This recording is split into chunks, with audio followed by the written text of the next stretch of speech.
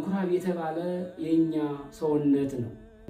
ምኩራብ የተባለ የኛ ሰውነት እስከሆነ ድረስ ሰውነታችንን አጽድተን በተለይ ይህን ጾሙን ስናሳልፍ በንጽህና በቅድስና እግዚአብሔር በሚወደው መንገድ እንድንሄድ ያስተማረበት መንገድ ነው። ወልድ ወመንፈስ ቅዱስ አሐዱ አምላክ አሜን። በመላው ዓለም ያላችሁ ይህንን ሚዲያ የምትከታተሉ ሁሉ እንኳን ለሶስተኛው ሳምንት የጾመ ኢየሱስ አደረሰን አደረሳችሁ። እግዚአብሔር አምላካችን ሁላችንንም ለጾም አብቅቶ እየጾምን ረድኤትና በረከት የምናገኝበት ጾም ያድርግልን። የእናታችን የድንግል ማርያም ምልጃና ጸሎት የወዳጆቹ የቅዱሳን ተራዳኢነት በሁላችንም ላይ አድሮና ጸንቶ ለዘላለሙ ይኑር።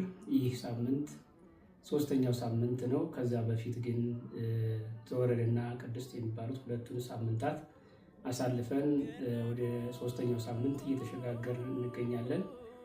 ይሄ ሶስተኛው ሳምንት ስንመጣ ቀደም ብለን ምኩራብ ይባላል። ምኩራብ ማለት በብሉይ ኪዳን ዘመን አይሁድ ጾማቸውንና ጸሎታቸውን መስዋዕታቸውን የሚፈጽሙበት በአጠቃላይ ለጊዜው ምንም እንኳን ድህነተ ነፍስ ባያገኙበትም እንኳን ድህነተ ስጋ የሚያገኙበት ከመከራ ስጋ ከመከራ ነፍስ የሚድኑበት በዚያ ውስጥ ገብተው ነበርና የሚጸልዩት ምኩራብ በመባል ይታወቃል። ይህ ምኩራብ ታዲያ ምኩራብ ተሰብስበው የሚያመልኩበት ተሰብስበው የሚጸልዩበት ሲሆን እነርሱ ለብዙ ዘመን በእንደ አይነት ሁኔታ ምኩራብ ቀድሞ እንግዲህ አምልኮ የሚፈጸምበት ነው እንዳልነው። ቀድሞ የአዳም አጽም ነበረ።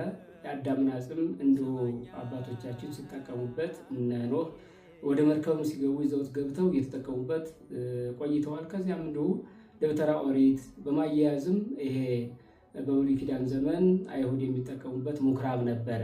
ክርስቶስ እስከሚመጣ ድረስ በዚያ በምኩራብ እየጸለዩ እና መስዋዕት እየሰዉ መስዋዕተ ኦሪትን በዚያ ነበር የሚሰዉትና ከዚያ በኋላ ክርስቶስ እንግዲህ ከመጣ በኋላ ስራውን የጀመረው በምኩራብ ነው። እንግዲህ ይህ ምኩራብ ደግሞ ቀደም ብለን እንደጠቀስነው ድርጊቱ የተፈጸመው ይህን ስራ የሰራበት የመጀመሪያ ስራው ሲሆን ነገር ግን ለሆሳዕና ነው የተፈጸመው። ስራው ግን የስራ መጀመሪያ ስላደረገው ምኩራብ ተብሎ ተሰይሟልና በዚያ በምኩራብ አይሁድ ብዙ ከብት መሸጫ እንስሳት የሚሸጡበት ላምና በጉን እንዲሁ ሁሉንም ነገር አግብተው በዚያ ይሸጡ የለውጡ ነበርና በዚህ ምክንያት ቤትየሰ ቤተ ጸሎት ይሰመይ አንትሙሰ